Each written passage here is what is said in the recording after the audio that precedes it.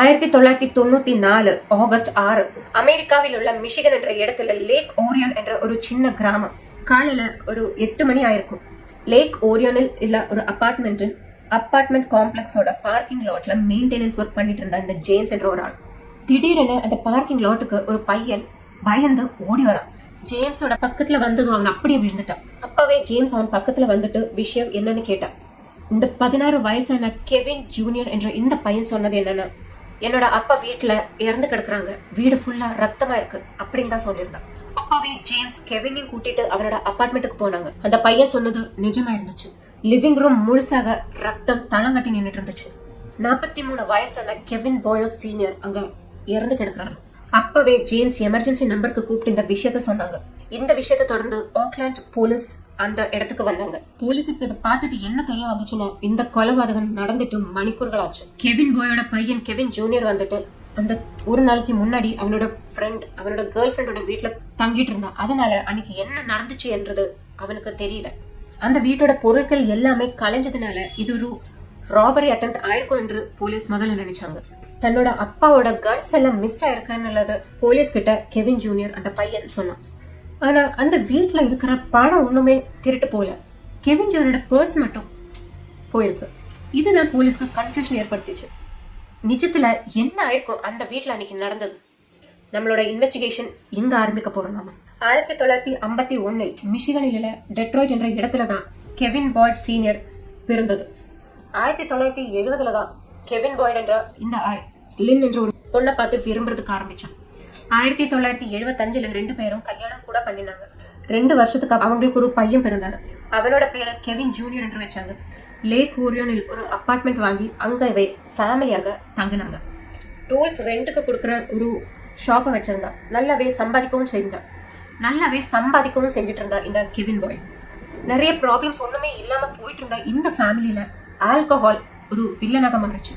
Kevin பாய்டுக்கு தண்ணி எடுக்கிற பழக்கம் இருந்துச்சு. ஆனா கெவினை விட சாப்பிட்டுட்டு இருந்தது அவங்களோட பொண்டாட்டியான லின். முதல்ல எல்லாம் ஒன்னாவே உட்காந்து அவங்க ட்ரிங்க்ஸ் என்ஜாய் பண்ணிட்டு இருந்தாங்க. அதுக்கப்புறம் அது ஒரு அடிக்ஷனாக மாறிச்சு.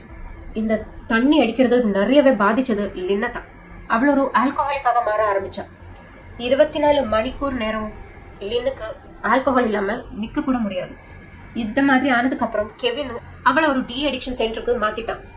ரொம்ப மாசம் ட்ரீட்மெண்ட்டுக்கு அப்புறம் லின் அந்த ஒரு அடிக்ஷன்ல இருந்து வெளியில வந்துட்டு தான் திருப்பி வந்தான். அப்ப அந்த டைம்ல கெவினும் இந்த அடிக்ஷனை கொஞ்சம் கம்மி பண்ணி 2 பேரும் நல்லாவே வாழறதுக்கு தயார் எடுத்துட்டு இருந்தாங்க. ஆனா வேற ஒரு பிரச்சனையை எடுத்துட்டு தான் லின் டி அடிக்ஷன் சென்டர்ல இருந்து வந்தா. ஆனா அவள் அந்த டி அடிக்ஷன் சென்டர்ல உள்ள ஜூலி கிரீன் என்ற ஒரு பொண்ணோட கொஞ்சம் க்ளோஸாக இருந்தா. அவர் 2 பேரும் மென்டலியும் பிசிக்கலியும் ரொம்பவே க்ளோஸ் ஆயிட்டாங்கன்னு கெவின் பாய் கிட்ட சொன்னான். இனிமே ஒன்னாக அவங்க தான் வாழ போறதுன்னு கூட சொன்னான். அதனால எனக்கு டிவோர்ஸ் வேணும் என்று கெவின் கிட்ட கேட்டான். இவளோட இந்த டிமாண்டை கேட்டுட்டு கெவின் பாய் அப்படியே ஷாக் ஆயிட்டு நின்னான். அவன் எவ்வளவு சொல்லி புரிய வைக்கிறதுக்கு ட்ரை பண்ணா கூட லின்னுக்கு அது புரியவே இல்லை. கேட்கறதுக்கு கூட தயாராகல. வேற ஒன்றும் பண்ண முடியாம 1987 இவர் 2 பேரும் டிவோர்ஸ் ஆனாங்க. அந்த டைம்ல இவர் 2 பேரோட மகனான கெவின் ஜூனியருக்கு வெறும் 12 வயசு மட்டும்தான் இருந்துச்சு. பேரண்ட்ஸோட டிவோர்ஸ் ரொம்பவே பாதிச்சது இந்த பையனை தான். அவன் டீனேஜ் ஏஜுக்கு வந்ததும் ப்ராப்ளம்ஸ் ரொம்பவே ஏற ஆரம்பிச்சிச்சு. இந்த பையனான கெவின் ஜூனியர் கூட ஆல்கஹாலுக்கு அடிக்ட் ஆக ஆரம்பிச்சான். அதனால ஸ்கூல்ல நிறையவே ப்ராப்ளம்ஸ் கிரியேட் ஆயிட்டு இருந்துச்சு. இதனால ஸ்கூல்ல இருந்து அவனை வெளியேற்றினாங்க. 10க்கு மேல ஸ்கூல்ல இருந்து வெளியாக்கப்பட்ட இந்த கெவின் ஜூனியர் அப்போ படிக்கிறதே நிறுத்திட்டான். இந்த சமயத்துல எல்லாம் கெவின் ஜூனியர் அவனோட அம்மா ஆன லின் கூட தான் தங்கிட்டு இருந்தான். ஆனா மகனோட இந்த ஒரு நிலைமையை பார்த்து பாவம் தோணிட்டு கெவின் பாய்ட் தன்னோட மகனை தான் கூட நிறுத்துறதுக்காக முடிவெடுக்கிறான். அப்படிதான் 16 வயசில் கெவின் ஜூனியர் தன்னோட அப்பாவான கெவின் பாய்ட் சீனியர் கூட தங்க ஆரம்பிச்சான். இந்த டைம்ல கெவின் பாய்ட் வேறொரு பொண்ணோட டேட்டிங்ல இருந்தான். கெவின் பாய்ட் அந்த பொண்ணை நான் கல்யாணம் பண்ணிக்க போறேன் அப்படின்னு தன்னோட மகன் கிட்ட சொன்னான். அப்பா கூட தங்க ஆரம்பிச்ச இந்த கெவின் ஜூனியர் அப்பாவோட பேச்சை கேட்டுட்டு மெல்லமாக இந்த ஆல்கஹால் அடிக்ஷன்ல இருந்து வெளியில நல்ல ஒரு பையனாக வாழ முடிவெடுத்தான். இந்த டைம்ல தான் அவனும் ஒரு பொண்ணு கிட்ட க்ளோஸ் ஆக ஆரம்பிச்சான். சில நாள்ல எல்லாம் அவன் கேர்ள் ஃப்ரெண்டோட வீட்டுல போய் தான் தங்குவான். அப்படிதான் 1994 ஆகஸ்ட் 5 அவன் கெவின் ஜூனியர் அவனோட கேர்ள் ஃப்ரெண்ட் வீட்டுல தங்க போனான். அடுத்த நாள் ஆகஸ்ட் 6 காலையில 8 மணிக்கு அவன் திருப்பி வீட்டுக்கு பார்க்கும்போதுதான் நம்ம இன்ட்ரோல் சொன்ன இந்த விஷயம் எல்லாம் நடந்தது. அவனோட அப்பாவை யாரோ கொடூரமாக கொலை பண்ணியிருக்கிறது இந்த ராபரி அட்டெம்ப்ட்ல இருந்து நடந்தது கொலை ஆயிருக்கும்னு சொல்லி தான் போலீஸ் முதல் இன்வெஸ்டிகேஷன் நடத்த ஆரம்பிச்சாங்க. ஆனா அந்த வீட்டுக்குள்ள யாருமே ஃபோர்ஸ்ஃபுல்லான என்ட்ரி நடத்தலன்னு தெரிய வந்துச்சு. ஃப்ரெண்ட் ஒர்க்கு ஒரு ப்ராப்ளமும் வரல. கெவின் பாயோட டெட் பாடி கிடந்துட்டு இருந்தது லிவிங் ரூமோட ஃப்ளோர்ல தான். அதுக்கு பக்கத்துல ஒரு பில்லோ இருக்கு. அதுக்கு பக்கத்துல இருக்கிற ரிக்ளைனர் சேர்லயும் அந்த ரத்தம் இருக்கு. ரிக்ளைனர் சேர்ல கிடந்து தூங்கு போதா அவனை யாரோ தாக்குனாங்க. கெவின் சீனியருக்கு தெரிஞ்ச யாரோ ஒரு ஆள் தான் அவனை கொண்டு இருக்கணும்னு போலீஸ் முடிவெடுத்தாங்க. ஆனா அவன் தூங்குறதுக்காகத்தான் அந்த ரிக்ளைனர் சேர்ல பில்லோ வச்சு கிடந்திருந்தான். கண்டிப்பாக டோரை லாக் பண்ணிருப்பாங்க. அந்த டோரை நாசம் பண்ணாமலே கில்லர் உள்ள வந்திருக்கான். அப்படின்னா கெவின் தூங்குறதுக்கு முன்னாடியே அந்த கில்லர் வீட்டுக்குள்ளே இருந்திருப்பான். அதே மாதிரி கெவின் சீனியரோட தலையில ரொம்பவே ஆழமான காயம் இருக்கு. அதே மாதிரி உடம்புல 20க்கு மேலான இடங்கள்ல கத்தியில குத்தி இருக்குது. போலீஸோட பாஷையில இத ஓவர் கில்லிங் என்று சொல்லுவாங்க. அதாவது விக்டிம் கிட்ட அவ்வளவு கோவம் இருக்கிற ஒரு ஆள் தான் இந்த மாதிரியான ஒரு நிகழ்வை பண்ணிருப்பான். ப்ரொஃபஷனல் கில்லர்ஸோ இல்லைன்னா ராபரி அட்டெம்ப்ட் பண்ண வந்த ஆளோ இந்த மாதிரி கொடூரமாக கொல்ல மாட்டாங்க. அதே மாதிரி கெவினோட பர்ஸ் மட்டும் இல்லாம வேற ஒண்ணு கூட அங்க திருட்டு போயிருக்கு. லேண்ட் போன் கூட கனெக்ட் பண்ணி வைக்கிற டெலிபோன் ஆன்சரிங் மிஷின் தான் திருட்டு போயிருக்கு. மொபைல் போனும் இல்லாத அந்த டைம்ல மெசேஜ் அனுப்புறதுக்காக இல்லைன்னா வாய்ஸ் நோட் அனுப்புறதுக்காக யூஸ் பண்ற ஒரு மிஷின் தான் அது. ஒரு ஆளை கூப்பிட்டுட்டு கிடைக்கலன்னா நமக்கு வேணும்னா அதுல வாய்ஸ் மெசேஜ் அனுப்பலாம். அந்த மாதிரியான ஒரு டிவைஸ் தான் அந்த வீட்டுல இருந்து போயிட்டு இருந்துச்சு. இதனால அந்த ஆன்சரிங் மிஷின்ல இருந்து கில்லர் வாய்ஸ் நோட் அனுப்பியிருப்பா என்றும் இது போலீஸ் கண்டுபிடிக்க கூடாது என்றதுக்காகத்தான் அதை எடுத்துட்டு போனா என்று கூட போலீஸுக்கு தெரிய வருது. போலீஸ்க்கு அந்த கிரைம் சீன்ல இருந்து கிடைச்ச எவிடன்ஸ் எல்லாம் வச்சுட்டு இந்த பாடியை போஸ்ட்மார்ட்டத்துக்கு அனுப்புறாங்க. மெடிக்கல் எக்ஸாமினேஷன் பண்ற டைம்ல அந்த கெவினோட தலையில ஆழத்துல ஏற்பட்ட அந்த ஒரு காயத்துக்கு பக்கத்துல ஒரு பிளாக் பெயிண்ட் ஆயிருக்குன்னு போலீஸ் டாக்டர்ஸ் சொல்றாங்க. பேஸ்பால் பேட் மாதிரி ஏதோ ஒரு பொருளை வச்சுதான் அடிச்சிருப்பாங்க. அதோட கலர் தான் அங்க பதிஞ்சிருக்குன்னு மெடிக்கல் எக்ஸாமினர் நினைக்கிறாங்க. அதே மாதிரி ரொம்ப ஷார்ப்பான ஒரு கத்தி தான் நெக்ஸ்ட் மர்டர் வெப்பன். இது ரெண்டு விஷயம் போலீஸ்க்கு அந்த கிரைம் சீன்ல இருந்து கிடைக்கவும் இல்லை. கெவின் சீனியரை தெரியற யாரோ தான் இந்த நிகழ்வை பண்ணிருக்கணும், இந்த கொலையை பண்ணிருக்கணும்னு நினைச்சிருக்காங்க. அதனாலவே அவங்களோட ஃபேமிலியும் ரிலேட்டிவ்ஸும் கேள்வி கேட்க ஆரம்பிச்சாங்க. அதுல கெவின் பாயோட பையனான கெவின் ஜூனியரை தான் முதல்ல டெட் பாடி பார்த்ததுனால அவனை தான் முதல்ல இன்வெஸ்டிகேஷன் பண்ண ஆரம்பிச்சாங்க. ஸோ அவன் சொன்னது ஆகஸ்ட் 5ஆம் தேதி நான் என் கேர்ள் ஃப்ரெண்ட் வீட்டில் தான் இருந்தேன். நெக்ஸ்ட் டே தான் நான் எங்க அப்பாவை பார்க்க போனது. நெக்ஸ்ட் டே தான் நான் என் வீட்டுக்கு போனதுன்னு போலீஸ்க்கு மொழி கொடுக்குறான். அந்த ஒரு மொழியிலே அவன் உறுதியாக நின்றான். இது கெவின் சொல்றது உண்மையா என்று தெரியறதுக்காக கெவின் அவனோட போலீஸ் அவனோட கேர்ள் ஃப்ரெண்டை கூட இன்வெஸ்டிகேட் பண்ண ஆரம்பிச்சாங்க. ஆகஸ்ட் 5ஆம் நாளைக்கு கெவின் அந்த நாளைக்கு ராத்திரி மொத்தத்துல அவ கூட தான் இருந்தேன்னு அவளும் சொன்னான். அது சொன்னதுக்கு அப்புறம் தான் கெவின் ஜூனியரை அந்த சஸ்பெக்ட் லிஸ்ட்ல இருந்து மாத்திட்டாங்க. நெக்ஸ்ட் கெவின் சீனியரோட எக்ஸ் ஒய்ஃப் ஆன லின்னை தான் கேள்வி கேட்க ஆரம்பிச்சாங்க. நானும் கெவினும் மியூச்சுவல் அண்டர்ஸ்டாண்டிங்ல தான் டிவோர்ஸ் பண்ணதும் எங்களுக்குள்ள ஒரு பிரச்சனையும் இல்லை, நாங்க இப்பவும் நல்ல ஃப்ரெண்ட்ஸாக தான் இருக்கோம் என்று அவ மொழி கொடுத்தான். அவர் இறந்த அந்த டே நான் என் கேர்ள் ஃப்ரெண்ட் ஜூலி கூட தான் முழு நேரமும் இருந்தேன் என்று லின் சொன்னான். லின் சொல்றது மொத்தம் நிஜம் என்றும் ஜூலி மொழி கொடுத்தான். நெக்ஸ்ட் போலீஸோட சஸ்பெக்ட் லிஸ்ட்ல இருக்கிறது கெவின் சீனியரோட கேர்ள் ஃப்ரெண்ட் ஆன அந்த பொண்ணு. முதல்ல அவங்கள தான் எல்லாரும் நிறையவே டவுட் பட்டுட்டு இருந்தாங்க. ஏன்னா ஆகஸ்ட் 6க்கு அதாவது கெவின் அன்றைய நாளைக்கு காலையில அந்த பொண்ணு கனடாவுக்கு போயிருந்தா. போலீஸ் அவங்களோட டிராவல் ஹிஸ்டரியை டெஸ்ட் பண்ணி பார்த்தப்போ அவங்க டூரிஸ்ட் விசால தான் கனடாக்கு போயிருக்காங்க என்று தெரிய வந்தது. மாசங்களுக்கு முன்னாடி அந்த ட்ரிப்பை பிளான் பண்ணிட்டு இருந்தாங்கன்னு புரிய வந்தது.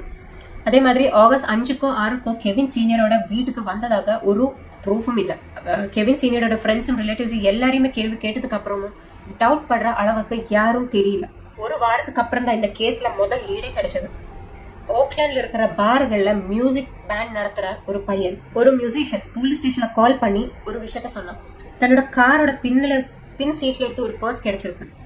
அதோட ஐடி கார்டு டெஸ்ட் பண்ணி பார்த்தப்பதான் அது கெவின் பாயோட பர்ஸ்னு தெரிய வந்தது. அப்பவே அந்த பர்சன் அவ ஸ்டேஷன்ல வர்றதுக்கு போலீஸ் சொன்னாங்க. போலீஸ் அந்த மியூசிஷியன் சொல்றது எல்லாமே ஃபுல்லா கேட்டாங்க. அதாவது இந்த மியூசிஷியன் சொன்னது 1994 ஆகஸ்ட் 5ஆம் அன்னைக்கு நான் ஒரு மியூசிக் ஈவெண்ட்ல இருந்தேன். ஸோ அதுக்கப்புறம் அப்ப நான் என் கார் எடுத்துட்டு போயிருந்தேன். திருப்பி நான் வீட்டுக்கு வந்ததுக்கு அப்புறம் ஒரு வாரத்துக்கு நான் என் கார் தொடவே இல்லைன்னு சொன்னாரு. அதுக்காக தான் இந்த பர்ஸ் இவ்வளவு நாளாக என் கண் முன்னால நான் பார்க்கலன்னு சொன்னது.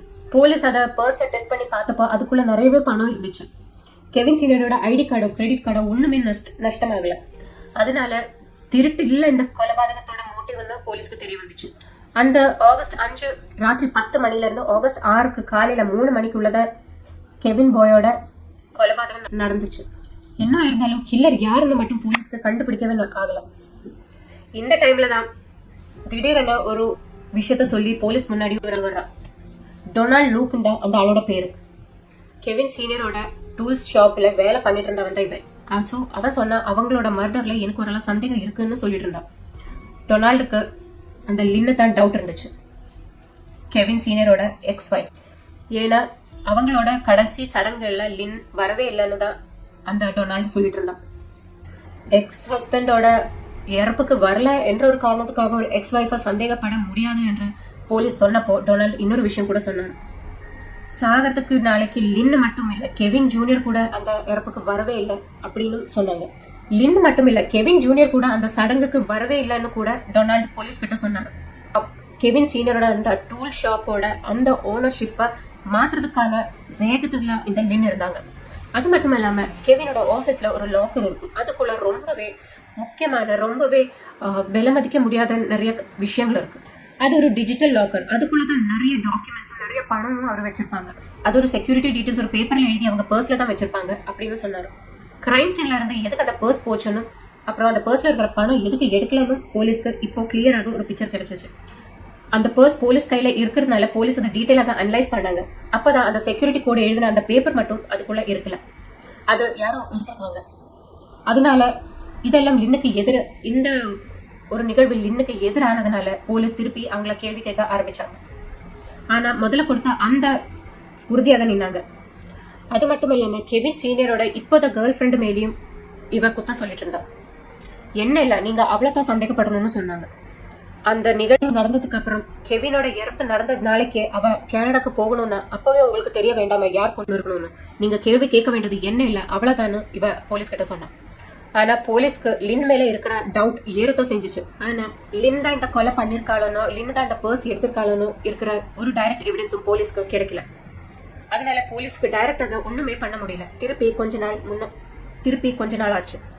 போலீஸ் லின்னையும் கெவின் ஜூனியரையும் ஃபாலோ பண்ண ஆரம்பிச்சாங்க. அதுக்காக 2 டீமையும் சுமதலப்படுத்தினாங்க. இந்த டைம் தான் இந்த கேஸை சால்வ் பண்றதுக்காக இந்த கேஸ் சால்வ் பண்ற ரீதியில ஒரு பொண்ணு வந்து ஒரு விஷயத்த சொல்றா போலீஸ் ஸ்டேஷன்ல. அது வேற யாரும் இல்ல, ஜூலி கிரேன், லின்னோட பிரசன்ட் பார்ட்னர். முதல்லயே மன்னிப்பு கேட்டுதான் ஜூலி இந்த பேச்சையே ஆரம்பிச்சா போலீஸ் கிட்ட. போலீஸ் என்ன கேள்வி கேட்ட அன்னைக்கு நான் ஒரு பொய் சொன்னேன். ஆகஸ்ட் 5ஆம் நாளைக்கு ராத்திரி லின் என் கூட இருக்கிறா அப்படின்னு தான் நான் போய் சொன்னேன். லிண்டா அப்படி சொல்ல சொன்னேன்.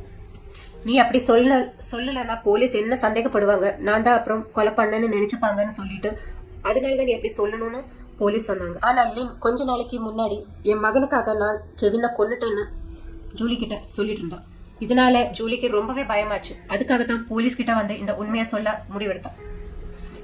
எத்தனை மணிக்கு லின் வீட்டுல இருந்து வெளியில போனான்னு கேட்டப்போ ஒரு 10 மணிக்கு முன்னாடியே வீட்டுல இருந்து போயிட்டு தன்னோட மகனை பார்க்கத்தான் போறேன்னு சொன்னான். இதனால கெவின் ஜூனியருக்கும் இந்த கொலையில பங்கு இருக்குன்னு போலீஸ்க்கு ஒரு டவுட் வந்துச்சு. அவங்க சீக்ரெட்டாக கெவின் ஜூனியரோட கேர்ள் ஃப்ரெண்டை பார்த்துட்டு திருப்பி கேள்வி கேட்க ஆரம்பிச்சாங்க. இந்த தடவை ரொம்ப பயந்துதான் போலீஸ்கார்கிட்ட அந்த பொண்ணு பேசிட்டு இருந்தான். ஆகஸ்ட் 5க்கு பர்கர் கிங்ல இருந்து நாங்க சாப்பிட்டுட்டு இருக்கும்போது தான் லின் அங்க வந்து கெவின் ஜூனியரை கூட்டிட்டு போனாங்கன்னு இந்த தடவை அவ மொழி கொடுத்தா. யார் கேட்டாலும் கெவின் ஜூனியர் இன்னைக்கு ராத்திரி உன் கூட தான் இருந்தாலும் நீ சொல்லணும்னு சொன்னாங்க. யார் வந்தாலும் இப்படித்தான் சொல்லணும்னு கெவின் ஜூனியரும் அவங்களோட அம்மாவும் சொன்னதுனாலதான் நான் அப்படி சொன்னேன்னு போலீஸ் கிட்ட அவ மொழி கொடுத்தான். இதனால லின்னும் கெவின் ஜூனியர் தான் இந்த கொலை செஞ்சதுன்னு போலீஸுக்கு உறுதியாச்சு. அவர் திருப்பி லின்னையும் கெவின் ஜூனியரையும் கேள்வி கேட்க ஆரம்பிச்சாங்க. ஆனா ஜூலி போலீஸ் கிட்ட உண்மையை சொல்லிட்டாங்கன்னு தெரிஞ்ச லின் ஒரு அட்வொகேட்டை ஹையர் பண்ணியிருந்தான். இனி அட்வொகேட் இருந்தா தான் நான் எதுவும் சொல்லுவேன்னு தான் லின் இப்ப சொல்லிட்டு இருந்தான். திருப்பி 2-3 மாசம் அப்படியே கடந்து போச்சு. 1994 டிசம்பர் 18க்கு லின் அவங்க அட்வொகேட்டை வச்சு ஒரு விஷயத்த சொன்னான். கெவின் சீனியரை கொன்னது நான் தான், லின் தான் என்றும் அவளை ஹெல்ப் பண்ணது ஜூலி கிரேன் என்றும் ஒரு மொழியை கொடுத்தான். எப்படியாவது போலீஸ் இந்த கேஸை கண்டுபிடிச்சிடுவாங்கன்னு தெரிஞ்ச லின் மகனை எப்படியாவது காப்பாற்றணும்னு நினைச்சு தன்னோட பார்ட்னரோட பேரை சொல்லிட்டான். ஆனா இவ சொன்னது எல்லாம் இவ சொல்றது தப்பு, இவ சொல்றது பொய்ன்னு போலீஸ்க்கு உடனடியே தெரிஞ்சிச்சு. ஏன்னா ஜூலி கிரேன் இந்த உண்மையை சொல்ல போலீஸ் கிட்ட வந்தப்போவே அவளை பொய் பரிசோதனைக்கு அனுப்பி வச்சாங்க. அவங்க அதுல சக்சஸ் ஆக வெளியும் வந்தாங்க. இப்போ கெவின் ஜூனியரோட கேர்ள் ஃப்ரெண்டும் அவனுக்கு எதிராக மொழி கொடுத்திருந்தான். இது ரெண்டும் லின்னுக்கோ கெவின் ஜூனியருக்கோ தெரியல. அந்த நாளைக்கே போலீஸ் அவர் 2 பேரையும் அரெஸ்ட் பண்ணாங்க. கேள்வி கேட்கறதுக்கு போலீஸோட டைம் வேஸ்ட் பண்றதுக்காக கெவின் ஜூனியர் நின்னு கொடுக்கல. அவன் அம்மாவும் நானும் சேர்ந்துதான் அப்பாவை கொன்னதுன்னு உண்மைய சொல்லிட்டான். பிளான் ரெடி பண்ணது அம்மா தான் அவன் சொன்னான். 1-2 நாளைக்கு முன்னாடி இருக்கிற பிளான் இல்ல, ரொம்ப மாசத்துக்கு முன்னாடி அந்த பிளான் ரெடி பண்ணிட்டு இருந்தோம். அப்பாவோட அந்த நம்பிக்கையை எடுக்கிறதுக்காகத்தான் நான் மாசங்களுக்கு முன்னாடியே அப்பா கூட தங்க ஆரம்பிச்சேன் அப்படின்னு சொன்னேன். அவங்களுக்கு பிடிச்ச மாதிரி ஒரு மகனாகவும் நான் நடந்துட்டு இருந்தேன். பணம் தான் லின்னோட அந்த லட்சியம். அதுக்காக அவ மகனையும் சேர்த்துக்கிட்டான். கெவின் சீனியருக்கு நிறையவே சம்பத்து இருக்கு. டூல் ஷாப்ல பிசினஸும் ரொம்ப நல்லாவே போயிட்டு இருந்துச்சு. அது மட்டும் இல்லாம $5 லட்சம் இன்சூரன்ஸ் பாலிசி அவங்களோட பேர்ல இருக்கு. இதோட ஒரே ஒரு வாரிசு கெவின் ஜூனியர். அது எப்படி அது எடுக்கணும்னு ஒரு மோட்டிவ்னாலதான் கெவினை கொல்றதுக்காக இவங்க முடிவெடுத்தாங்க. இந்த ஒரு மர்டர் கெவின் சீனியரோட கேர்ள் ஃப்ரெண்ட் மேல போடணும் தான் நினைச்சாங்க. அதனாலதான் அவங்க கனடாக்கு போறதுக்கு ஒரு நாளைக்கு முன்னாடியே இந்த மர்டரை நடத்தினது. 1994 ஆகஸ்ட் 5 ராத்திரி பையன் வந்து அப்பா கிட்ட சொல்றான், நான் என் கேர்ள் ஃப்ரெண்டை பார்த்துட்டு வரேன், நீ டோர் லாக் பண்ணாமலே தூங்கிக்கோன்னு சொல்லிட்டான். அப்படிதான் அவன் பர்கர் கிங் ரெஸ்டாரண்ட்டுக்கு போனான். கொஞ்ச நேரத்துக்கு அப்புறம் லின்னும் அந்த பர்கர் கிங் ரெஸ்டாரண்ட்டுக்கு வந்தான். யார் கேட்டாலும் இன்னைக்கு நான் உன் கூட தான் இருந்தேன்னு சொன்னா போதும்னு இவர் 2 பேரும் அந்த பொண்ணு கிட்ட சொன்னாரு. சொல்லிட்டு இவங்க திருப்பி வீட்டுக்கு போனாங்க. ராத்திரி 11 மணிக்கு அப்புறம் அவர் 2 பேரும் கெவின் சீனியரோட அபார்ட்மெண்ட்ல வந்துட்டாங்க. அந்த டைம்ல மகனையும் காத்துட்டு கெவின் சீனியர் அந்த ரிக்ளைனர் சேர்ல உட்காந்து தூங்கிட்டாரு. கையில் இருக்கிற பேஸ்பால் பேட் வச்சு முதல்ல அடிச்சது சொந்த பையனான கெவின் ஜூனியர் தான். நடந்தது என்னன்னு கூட தெரியாம அந்த பெரிய தாக்கத்தினால கீழே விழுந்துட்டாரு கெவின் சீனியர். அந்த பேஸ்பால் பேட்டை வச்சு லின்னும் கெவின் சீனியரை நிறைய தடவை தலைக்கு அடிச்சாரு. அதுக்கப்புறம் கிச்சன்ல இருந்து கத்தி எடுத்துட்டு வந்துட்டு சொந்த அப்பான்னு கூட பார்க்காம 20 தடவை கத்தி எடுத்து குத்துனான். 1996 தான் இந்த கேஸ் இன்வெஸ்டிகேஷன் முடிச்சு இவங்களுக்கு பனிஷ்மெண்ட் வாங்கி கொடுத்தது. லின்னுக்கும் கெவின் ஜூனியருக்கும் வாழ்நாள் பூரா ஜெயில் வாசம் தான். ஆனா 2012 சுப்ரீம் கோர்ட் வந்து 2500 ஜுவனைல் பசங்களுக்கு பனிஷ்மெண்ட் இல்லாம பண்ணிட்டாங்க. அதில் கெவின் ஜூனியரோட பேரும் இருந்துச்சு. 25 வருஷம் கெவின் ஜூனியரோட அந்த சிக்ஷை கம்மி பண்ணாங்க.